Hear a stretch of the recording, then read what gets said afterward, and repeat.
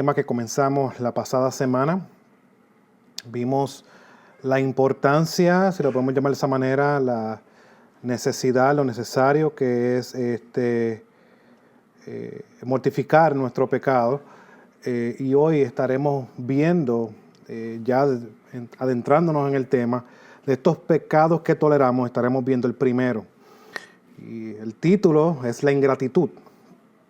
Y estaremos dándole lectura a la palabra de Dios. Vamos a darle lectura a la palabra de Dios. Estaremos yendo a Primera de Tesalonicenses, capítulo 5, versículo 18.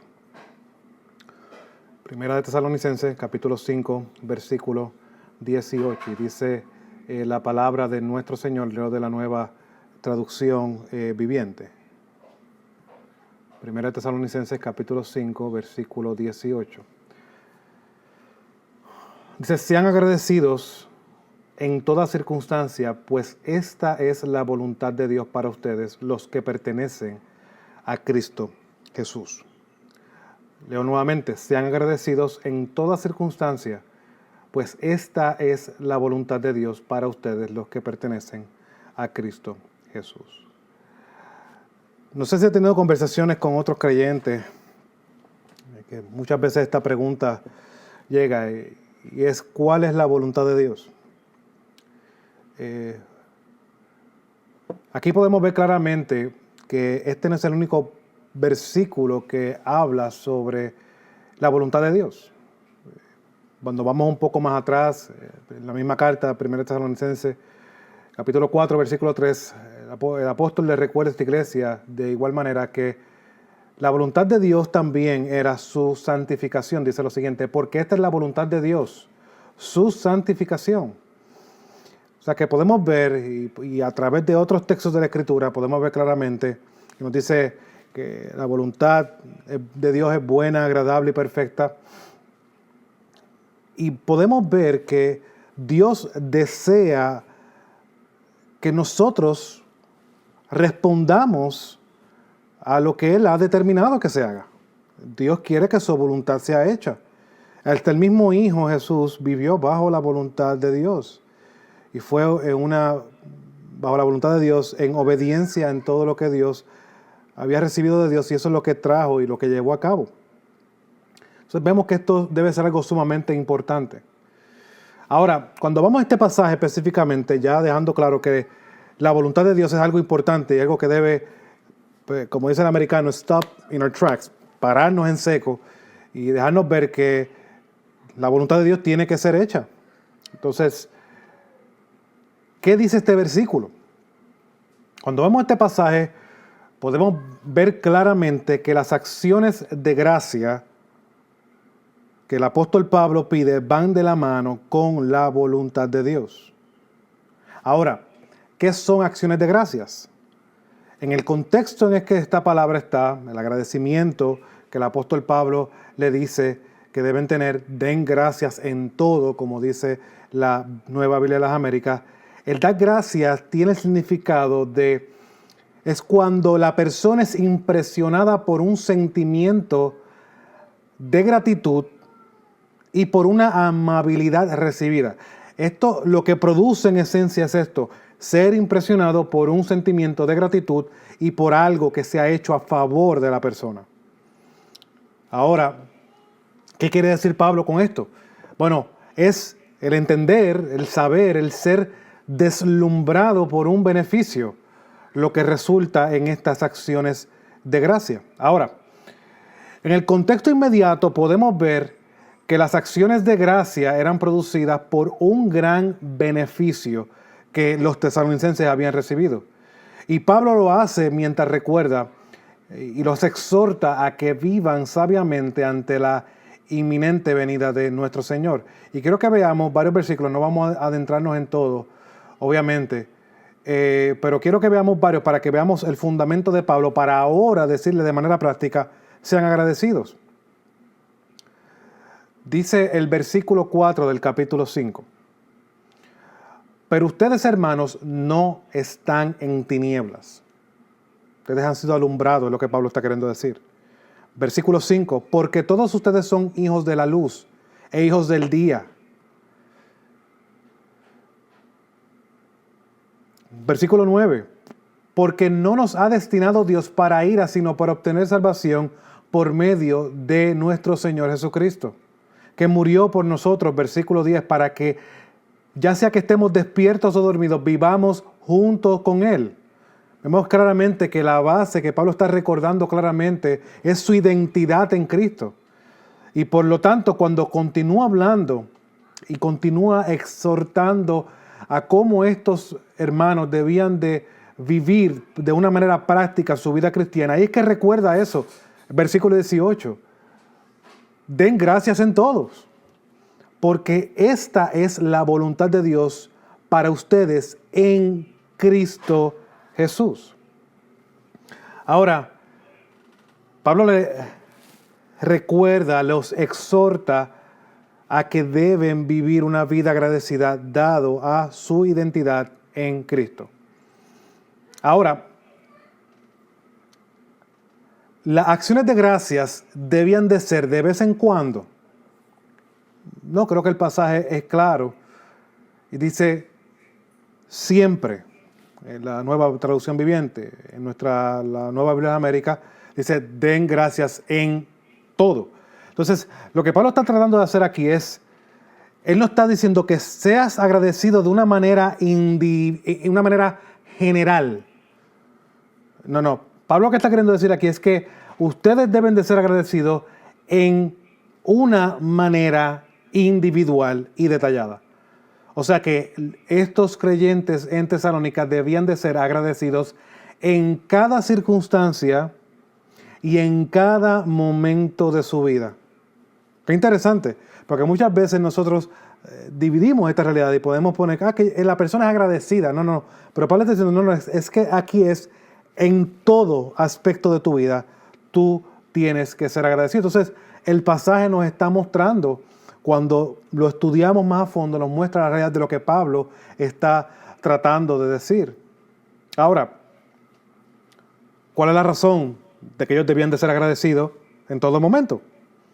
Bueno, porque esa es la voluntad de Dios. ¿Qué implica esto de voluntad?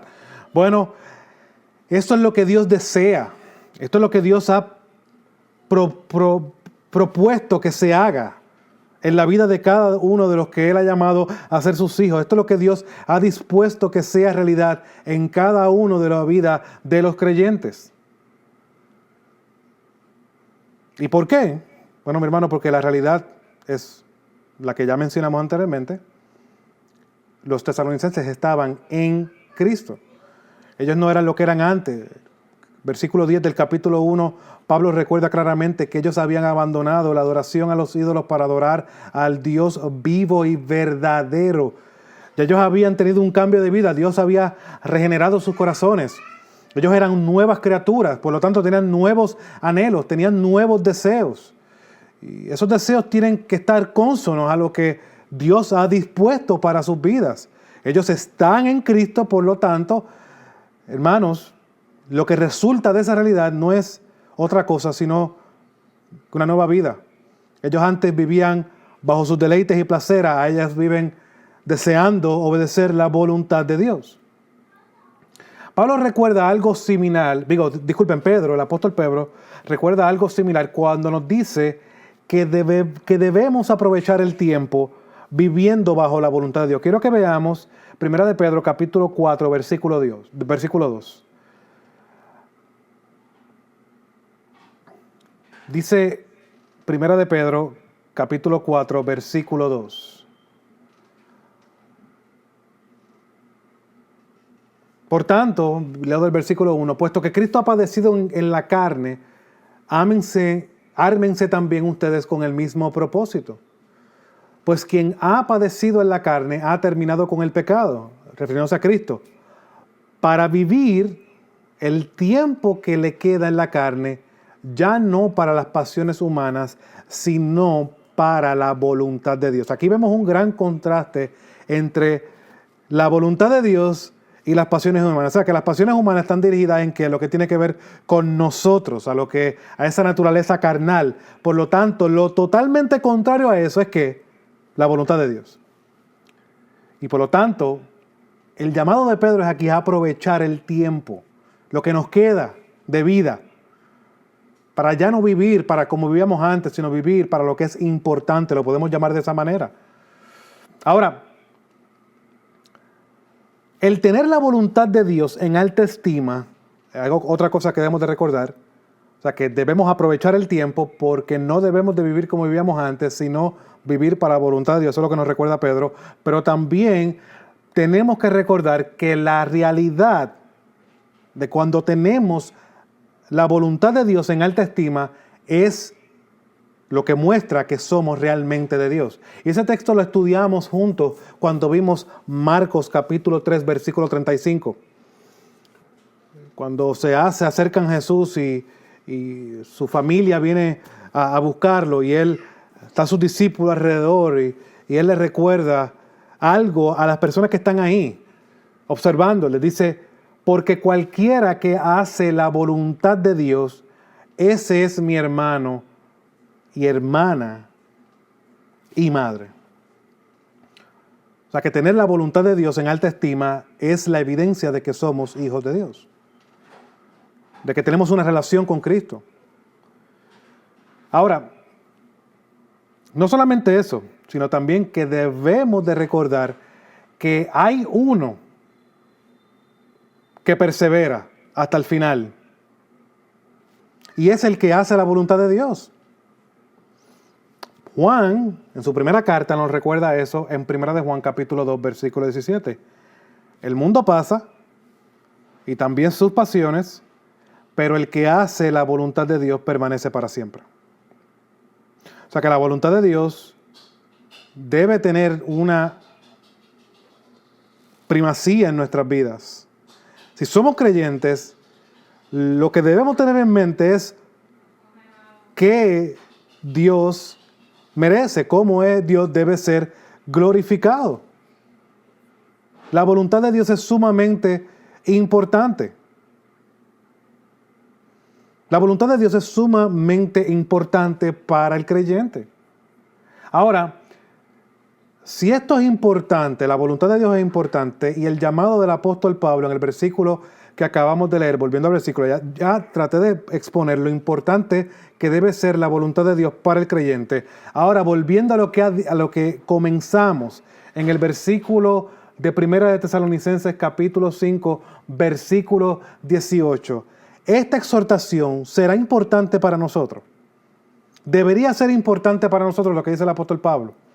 Sean agradecidos en toda circunstancia, pues esta es la voluntad de Dios para ustedes. Ahora, mi hermano, si esto es importante, la voluntad de Dios es que seamos agradecidos. ¿Qué pasa cuando no damos gracias a Dios por todo? ¿Qué es lo que pasa cuando no damos gracias a Dios por todo? Hermano, cuando no damos gracias a Dios, lo que nos convertimos es en ingratos. Cuando tenemos esta actitud, no le estamos dando a Dios el honor que Él merece. Es más, podríamos decir que le estamos robando la gloria a Dios. Y estamos diciendo que Él no es Dios como su palabra lo presenta. Todo eso decimos cuando somos ingratos. Por eso es que esto es sumamente importante. Es más, yo quiero que veamos un versículo para que nosotros veamos la realidad de la ingratitud. Y Pablo recuerda también el apóstol Pablo en Romanos capítulo 1, versículo 21. Romanos capítulo 1, versículo 21. Pablo comienza luego de mostrar el evangelio como suficiente, como necesario, como que es el poder de Dios para salvación. Él comienza a hablar de que la ira de Dios se derrama sobre todo la impiedad, y toda esta impiedad implica a los que detienen la verdad. Y parte de esta realidad es que el apóstol muestra aquí, que aplican para todos, todo el mundo, porque todo el mundo necesita del evangelio. Ese es el argumento de Pablo. Él les recuerda y nos habla de la ingratitud en este pasaje. Y mire lo que dice el versículo 21. Pues aunque conocían a Dios, no lo honraron como Dios, ni le dieron gracias, sino que se hicieron vanos en sus razonamientos y su necio corazón fue entenebrecido. O sea, la razón por la cual no le dieron gloria a Dios es porque no le dieron gracias. Porque la falta de acción de gracias es quitarle la gloria a Dios. Es decir que Dios no es como Dios dice de ser. Y aquí que vemos que luego versículos más adelante son los que vemos que se habla de ciertos pecados, como el homosexualismo, que se habla aquí claramente, que mujeres cambiaron la manera natural de tener relaciones sexuales, igual los hombres hicieron lo mismo, y en cambio sufrieron grandemente, pero todo parte en no reconocer a Dios, en ser ingratos. Conociendo algo de Dios, no le honraron, no le dieron la honra que Él merece. Ahora, ¿cómo se ve de manera práctica esta ingratitud? Bueno, pude extraer dos maneras principales en que podemos ver la ingratitud. Dos maneras, si quieren ponerlo, generales, en que podemos ver la ingratitud. En primer lugar, la ingratitud se ve cuando tomamos crédito que no nos toca por las cosas buenas que pasan en nuestra vida. Y aquí de manera práctica podemos incluir la frase de nosotros favorita, yo hice, o el yo logré, yo llegué hasta este lugar, yo hice que esto se diera.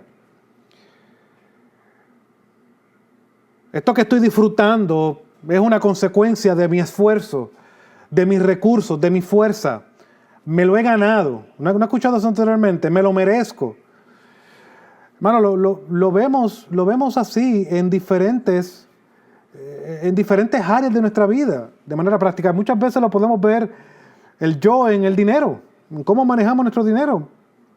Sabemos que la tierra es de Jehová y todo lo que hay en ella, el mundo y todos sus habitantes, y sabemos, como vimos el domingo pasado, que todo, ya sea que coman, ya sea que beban, hagan todo para la gloria de Dios. Eso lo sabemos, esos versículos los conocemos, pero en la práctica olvidamos esas realidades. Muchas veces, hasta con lo económico. Tenemos la realidad de que trabajamos duro y decimos, como he escuchado mucho, hasta yo lo he dicho en otras ocasiones, yo puedo darme ese gusto, porque yo he trabajado fuerte. Pero esos gustos muchas veces resultan en grandes problemas económicos. Y muchas veces esos grandes problemas económicos traen que desgastamos y damos la vida en nuestro trabajo para poder cubrir esos gustos porque yo hice, me lo he ganado, me lo merezco. También muchas veces esto del yo y de la ingratitud se puede ver en el tiempo. Este es mi día libre. Y así muchos han dicho, este es mi día libre, yo voy a tomar un descanso de todo porque es mi día libre. Cuando hacemos ese canjeo de sacar a Dios a un lado y ponernos a nosotros, estamos olvidando de que es Dios quien provee nuestros días libres. Es Dios quien provee nuestro tiempo. Es más, me recuerdo siempre ese texto del apóstol Pablo en Efesios capítulo 5, cuando él exhorta a los hermanos de la iglesia de Éfeso, hermanos, aprovechen el tiempo porque los días son malos. Y el llamado a aprovechar el tiempo no es a que aprovechen el tiempo, a que hagan las más cosas para su deleite y sus placeres. No, era que aprovecharan el tiempo para que vivieran para la gloria de Dios. Porque hay algo mucho más importante que lo que tiene que ver con nosotros. Pero también esta ingratitud se puede ver en cómo muchas veces nos relacionamos con las demás personas. Olvidamos de que todo ser humano es hecho a la imagen de Dios. Y aquí estoy incluyendo cualquier tipo de persona, cualquier ser humano. Y al ser hecho a la imagen de Dios, este tiene dignidad. Y por lo tanto debo de recordar mi responsabilidad con Él, debo recordar mi responsabilidad con mi esposa, debo de recordar mi responsabilidad con mis hijos, debo de recordar mi responsabilidad en mi iglesia, debo de recordar mi responsabilidad con mis jefes en mi trabajo. ¿Saben por qué? Porque todo eso que yo he mencionado, esposas, hijos, trabajo, Dios lo ha provisto. Y muchas veces cuando nos centramos en nosotros y comenzamos a disparar, como digo yo, de la baqueta, sin mirar, sin apuntar correctamente, podemos olvidar que es Dios el que provee todo lo bueno que tenemos. El tiempo, el dinero, la familia, nuestro trabajo, todo es de Él. Y por lo tanto, una característica que se ve en la ingratitud es cuando tomamos lo que Dios nos ha dado como bueno y echamos a Dios a un lado y nos ponemos a nosotros como que hemos logrado, hemos alcanzado, como cuando medimos al hermano, por ejemplo, en la iglesia, lo mido de acuerdo a mi manera de pensar, no lo mido de acuerdo a la Biblia. Estoy olvidándome de que Dios es el proveedor de todo. Y eso es ingratitud. Bueno, estoy hablando de cosas simples. Bueno, usted pensaba que la ingratitud solamente se ve en las cosas grandes. No, mi hermano, se ve en las cosas simples. Pero más que eso, quiero recordar un pasaje que nos debe de poner en nuestro lugar. Lucas capítulo 12, versículo 17, Jesús hace un recuento de una parábola de un hombre que vivió para este mundo. Y miren lo que dice al final Jesús de este hombre. Hablando en este contexto de la avaricia, pero podemos aplicar algo a lo que estamos hablando hoy. Lucas capítulo 12, versículo 17 dice lo siguiente. Y él pensaba dentro de sí, ¿qué haré? Ya no tengo dónde almacenar mis cosechas. Entonces dijo, esto haré, derribaré mis graneros, edificaré otros más grandes y allí almacenaré todo mi grano y mis bienes. Y diré, alma mía, cuando ya haya invertido todo mi tiempo, todo mi trabajo, todo mi esfuerzo, en algo que es bueno, porque el tener granero, el tener economía, el tener bienes no es malo, pero él estaba viviendo para lo temporal, para el aquí, para el ahora. ¿Qué diré a mi alma de luego que haya edificado los graneros más grandes y haya almacenado todos los bienes? Y diré, alma mía, alma, tienes muchos bienes depositados para muchos años, descansa, come, bebe, diviértete.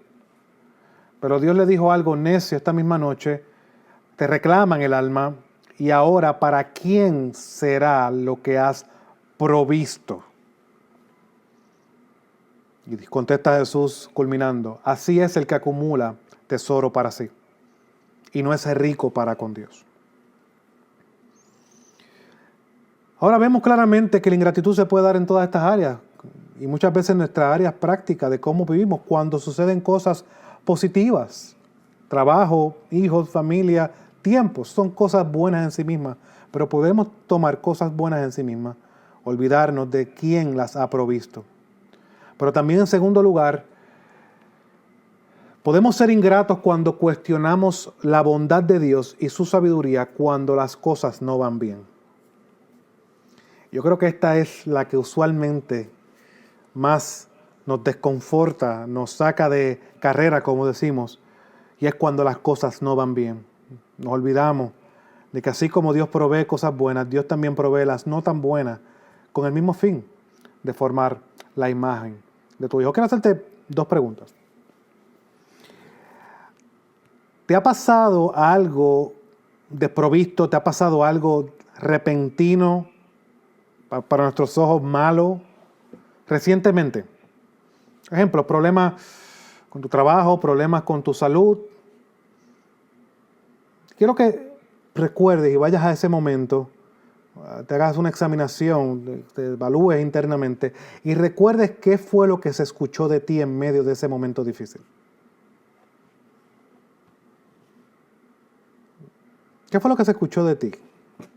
¿Qué fue lo que abundó en tu corazón en ese tiempo, en esa temporada? Ahora, cuando tengas eso en mente, quiero que recordemos una historia que me estuvo muy interesante y la quiero compartir con ustedes. Es una historia de la Escritura. Quiero que vayamos a Éxodo capítulo 15, versículos 22 al 27. Este suceso que vamos a leer es cuando el pueblo es liberado con poder de una manera gloriosa de la esclavitud en Egipto. Y esto lo vemos en Éxodo capítulo 15, versículos 22 al 26. Dice la palabra de Dios, y leo de la Nueva Traducción Viviente. Entonces Moisés guió al pueblo de Israel lejos del Mar Rojo y se internaron en el desierto de Sur. Viajaron por este desierto durante 3 días sin encontrar agua. Cuando llegaron al oasis de Mara, no pudieron beber el agua porque era demasiado amarga. Por eso llamaron al lugar Mara, que significa amarga. Entonces la gente se quejó y se puso en contra de Moisés. ¿Qué vamos a beber? Aquí la palabra quejar, murmurar, que se ve en la Reina Valera y la Biblia de las Américas, lo que hablas es algo que sucede internamente, es ese cuestionamiento. ¿Y qué hacemos ahora? Pero hemos llegado aquí, es queja lo que está hablando aquí. Este Dios se olvidó de nosotros. Moisés nos sacó ahora para, después de pasar, yo me imagino, después de habernos pasado por tanta agua, ahora nos deja morir de sed. Y vemos que el versículo 25 dice lo siguiente: así que Moisés clamó al Señor por ayuda. Y él le mostró un trozo de madera. Moisés echó la madera al agua y el agua se volvió potable. Pudieron de manera saciar su sed. Y dice, recuerda algo aquí en este texto que me estuvo raro. Fue allí en Mara donde el Señor estableció el siguiente decreto como una norma para probar la fidelidad de su pueblo. ¿Ve? Él no encontró el agua por 3 días, no fue orquestado por el diablo, fue orquestado por Dios para probar la fidelidad de su pueblo. Algo, una desaveniencia, algo duro, hermano, póngase en ese momento, estar 3 días sin agua. No es fácil. A veces disparamos de la baqueta y decimos, pero es que este pueblo, imagínese usted 3 días sin agua y hágame un cuento. Si usted va a estar feliz y contento. ¿Y cuál fue lo que Dios decretó en ese momento? Les dijo, si ustedes escuchan atentamente la voz del Señor su Dios y hacen lo que es correcto ante sus ojos, su voluntad, obedeciendo sus mandatos y cumpliendo todos sus decretos, entonces no les enviaré ninguna de las enfermedades que envié a los egipcios, porque yo soy el Señor, quien los sana. Eso es lo que Dios le recuerda. Ahora, le dije que leamos hasta el 26. Yo quiero que leamos ahora el versículo 27. Pero quiero que ustedes recuerden, y quiero mostrarles, que desde Mara hasta el oasis de Elim habían un tramo de 3 millas. No era un tramo largo. Y miren lo que dice el versículo 27, con esto en mente. Después de salir de Mara, los israelitas viajaron hasta el oasis de Elim, donde encontraron 12 manantiales y 70 palmeras, y acamparon allí junto a las aguas.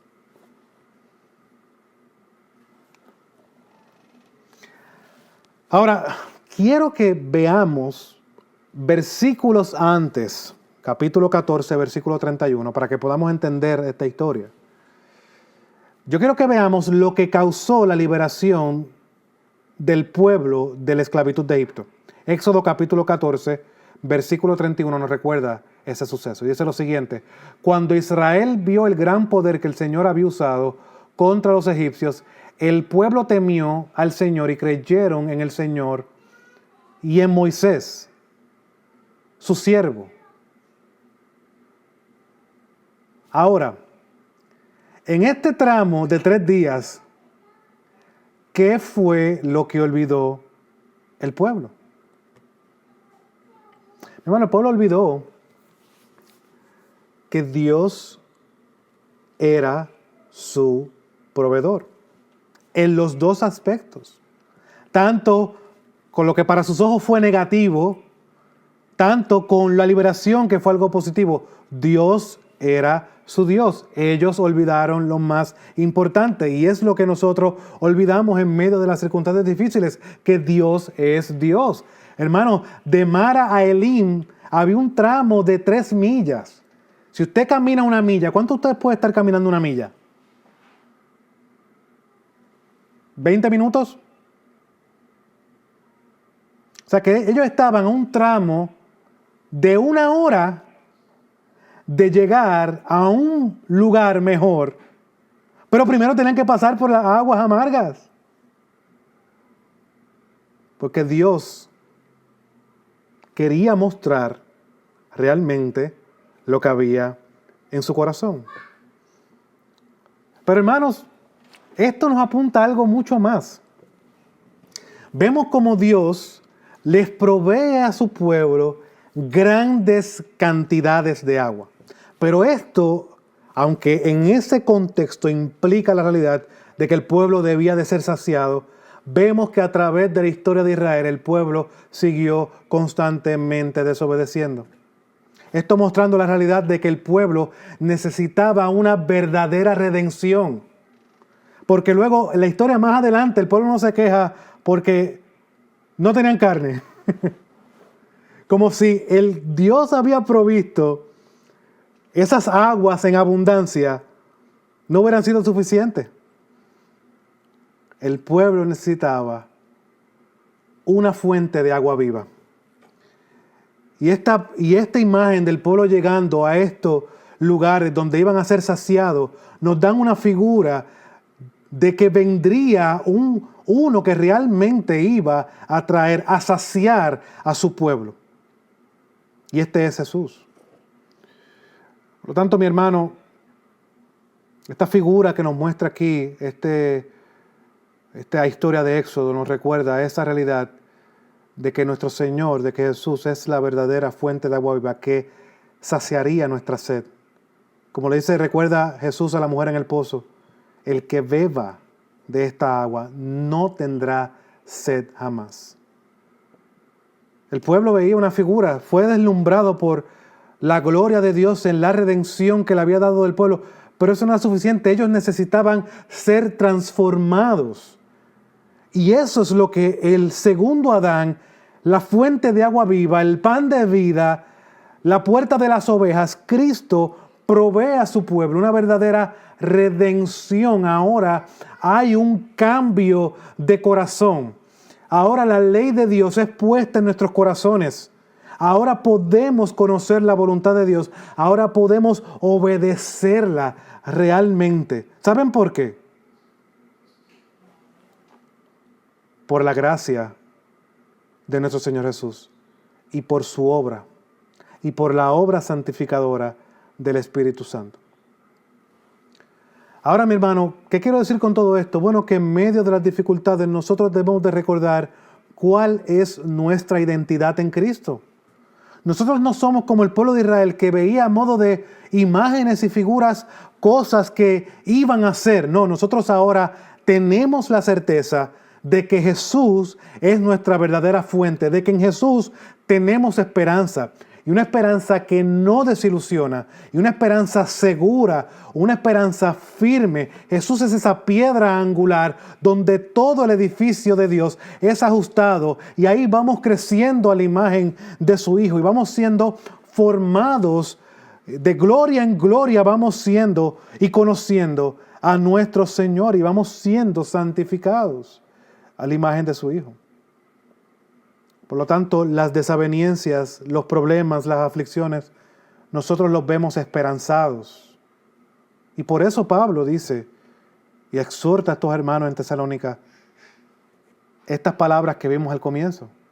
Sean agradecidos en toda circunstancia porque esta es la voluntad de Dios para ustedes, los que pertenecen a Cristo Jesús. Esto no es para todo el mundo. Esto es para los que pertenecen a Cristo Jesús. Y los que pertenecen a Cristo Jesús son los que Dios ha llamado desde antes de la fundación del mundo. Los que Dios ha adoptado por medio de la obra de Jesús y que han reconocido por medio de la obra del Espíritu Santo en arrepentimiento y fe que son pecadores, que no pueden, que no llegan, que no pueden llegar a la medida que Dios ha puesto, pero que recurren al Salvador, al Dios del cielo, que tiene el verdadero control de todas las cosas y se lanzan confiados en fe, en que Él tiene el control de todo.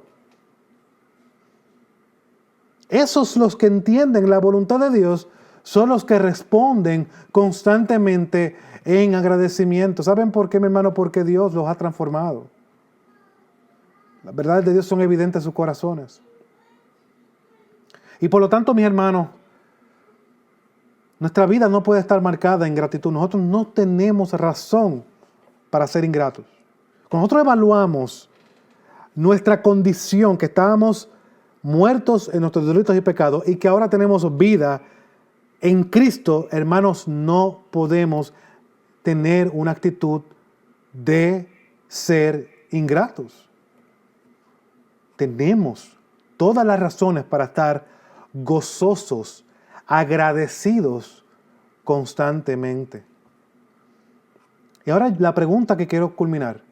¿Realmente tú entiendes la obra de Cristo y lo que eso implica en su pueblo? Y quiero dejar un poco de abandonar de la manera individual, porque Dios llamó a un pueblo. Sí, de manera individualmente, pero Él llamó a que ahora somos un pueblo. ¿Tú entiendes la voluntad, lo que Dios dispuso para hacer en su pueblo? Ahora, cuando tú meditas en eso, ¿qué causas en ti? ¿Cómo respondes a eso? ¿Realmente lo entiendes? ¿Lo comprendes? Y hermano, esa va a ser mi oración en el día de hoy, que Dios nos ayude a nosotros a entender nuestra identidad con Cristo, por medio de lo que hemos visto. Y que nos lleve a tener un corazón agradecido. Porque Jesús es la razón suficiente para nosotros tener una vida de agradecimiento. Obviamente, mi hermano, no quiere decir que haya momentos de debilidad en nosotros.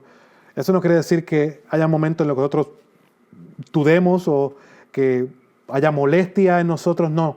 Pero esa actitud no puede gobernar. ¿Saben por qué? Porque Dios ha puesto a su Espíritu a morar dentro de nosotros, que nos convence de pecado, de justicia y de juicio. Y ya sabemos que la ingratitud es un pecado. Va en contra de la voluntad de Dios. Busca exaltarnos a nosotros. Y por lo tanto no debe ser una actitud que abunde o que permanezca en un creyente o que perdure en un creyente. Quiero que oremos por cada uno de nosotros en este pecado que a veces toleramos, que es la ingratitud, y lo disfrazamos de muchas maneras, hasta lo justificamos. Es que no se merece esto porque por esto y por esto. Lo justificamos, buscamos 15 áreas para justificar nuestra ingratitud. Pero es que tú no entiendes mi circunstancia, Carlos. Yo tengo cáncer. El médico me dijo que me quedan 3 meses para vivir. Pablo dice claramente, las circunstancias de hoy no se comparan con la gloria de venidera. Eso es suficiente razón para estar agradecido. Pero hermano, que perdí el trabajo. Hermano, Mateo capítulo 6 nos recuerda claramente que si Dios provee comida a las aves del cielo y viste las flores del campo, ¿usted cree que no hará y no conoce lo que sus hijos necesitan? Por lo tanto, busca primeramente su reino de justicia. Esa es la voluntad de Dios, que tú busques primeramente tu reino. Preocúpate por eso. Antes de preocuparte por el trabajo. Preocúpate por Dios y lo que Dios quiere y expecta de ti. Luego preocúpate de todo lo demás. Y así en todas las áreas de nuestra vida, mi hermano. Mi esposa no se sujeta a mí. Hermano, dale gracias a Dios por tu esposa. Pero es que no hay razón por qué darle gracias a Dios. Pero fue la que Dios te dio. Para que la ames, la cuides. Pero es que ella no se lo merece. Está bien, pero es que tú tampoco. Tú tampoco te lo mereces. Tú te merecías el infierno y Dios te mostró gracia. Da por gracia lo que por gracia has recibido. Y eso te lleva a agradecer, Señor, gracias por esta circunstancia. Porque de alguna manera u otra estoy ministrando a mi esposa. Igual a tus hijos. Que tus hijos estén rebeldes. Evalúate como padre. ¿Hiciste un buen trabajo como padre en su infancia? ¿No lo hiciste? Bueno, arrepiéntete. Pídele perdón a ellos. Hijo, te pido perdón porque realmente no puse a Dios y las cosas de Dios en serio. Pero dale gracias a Él porque te da una oportunidad de reconocimiento y de comenzar en el momento que tuviste reconocimiento para adelante. Hijo, te pido perdón porque realmente fallé como padre en esta área. Ahora, de ahora en adelante, mi fidelidad es para Dios. ¿Ve? Y agradece a Dios. Pero sin embargo, nosotros vemos las dificultades como un obstáculo, como que Dios está, déjame ver cómo le daño la vida a este hoy. Hermano, no es así. El que Dios toma como hijo, corrige, disciplina y utiliza circunstancias para ese fin y ese propósito que Él ha determinado de formar la imagen de su hijo. Y Él lo hace por medio de las dificultades. Las personas que a veces no son fáciles. Pero es ahí donde probamos nuestra fe. Es ahí que debemos de darle gracias a Dios. Y es ahí donde debemos pulirnos. Ese es nuestro desierto. Para que cuando anhelemos y veamos la provisión de Dios, exaltemos y demos gloria a Él. Oremos, mis hermanos, porque sé que al igual que yo, muchos de nosotros pueden contarse como ingratos en muchas ocasiones. Pidamos perdón a nuestro Señor por esas circunstancias que no manejamos de la mejor manera. Y pedir a Él que sea el que nos provea su gracia, que ponga en nosotros un corazón agradecido, porque Él es suficiente y razón suficiente para nosotros ser agradecidos. Señor, damos gloria, alabanza y honor por este tiempo que tú permites, tú abres, nos reunamos como iglesia para orarte, Señor, y tocar estos pecados que toleramos. Evaluar nuestras vidas. Reconocer, Padre, nuestro pecado. Venir delante de ti y recordar las veces que hemos sido ingratos. Las veces que nos hemos enorgullecido de las cosas buenas que nos han pasado. Y no hemos olvidado de ti. Y también de las cosas que nos han pasado negativas o que no son buenas. Y que también nos ha llevado a murmurar, a quejarnos. Pero olvidando lo que es importante, que sea en la bonanza, sea en el tiempo malo, nosotros por nuestras fuerzas no podemos hacer nada. Es la gracia tuya la que continuamente nos sostiene. Es tu gracia la que nos provee las fuerzas para trabajar, para hacer lo que nos toca hacer. Y es tu fuerza la que nos sostiene en medio de las circunstancias difíciles. Ahora puedo entender lo que Pablo dice en Filipenses, ya sea... todo lo puedo en Cristo que me fortalece. He aprendido a vivir con las cosas cuando van bien y también cuando las cosas no van tan bien. He aprendido a contentarme en todo momento. ¿Y cuál era la base del contentamiento de Pablo? Hermano, no era otra cosa que Cristo mismo. Es su identidad, es saber que en Cristo Él había sido perdonado, es saber que en Cristo Él había sido redimido, es saber que en Cristo Él está unido a Él y tiene esperanza que no acabará en desilusión y que las circunstancias difíciles estaban orquestadas por el Dios que ha creado los cielos y la tierra para cumplir sus propósitos. Por eso es que Pablo, en medio de sus cárceles y en medio de sus circunstancias difíciles, naufragio, ser apedreado, ser latigado, ser puesto en la cárcel, él supo estar contento, porque él sabía que su vida estaba en las manos de Dios. Señor, ayúdanos a recordar esa realidad. Si nosotros estamos en ti, realmente hemos sido convencidos de pecado, justicia y de juicio, y hemos reconocido en arrepentimiento y fe a nuestro Señor Jesús como nuestro único Salvador y Señor. Estamos en Cristo. Y eso es suficiente para traer paz a nuestro corazón. Y eso es suficiente para ser agradecidos. Señor, te pido por mis hermanos y el conocimiento de nuestro Salvador. Esa es una de mis tareas cuando vamos por el Evangelio de Marcos, es que nosotros tengamos un conocimiento verdadero, suficiente, firme en la persona de Cristo. Porque Cristo es suficiente. Él es nuestra roca de salvación. Él es la piedra angular, como mencioné. Él es el pan de vida. Él es la luz del mundo. Él es el camino, la verdad y la vida. Nadie llega al Padre si no es por medio de Él. Pues yo tengo que conocerlo a Él. Es en Él que todas las promesas de Dios son amén, son verdaderas. Por lo tanto, yo necesito conocer más a Jesús.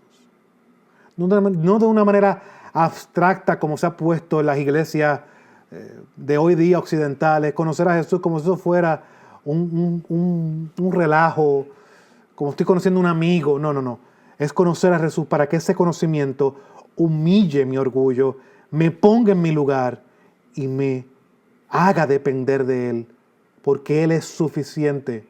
Él es mi Salvador y mi Señor. Él me gobierna en todas las áreas de mi vida. Para que yo permita que Él sea el gobernante, yo tengo que conocerle. Si no, voy a estar en lucha con lo que veo en la palabra de Dios. Y para eso Dios tiene que doblegar y continuar puliéndonos y formando la imagen de Cristo. Y es ahí que vienen las dificultades y las circunstancias. Señor, te damos gracias por los tiempos buenos, Padre. Te damos gracias por los tiempos difíciles.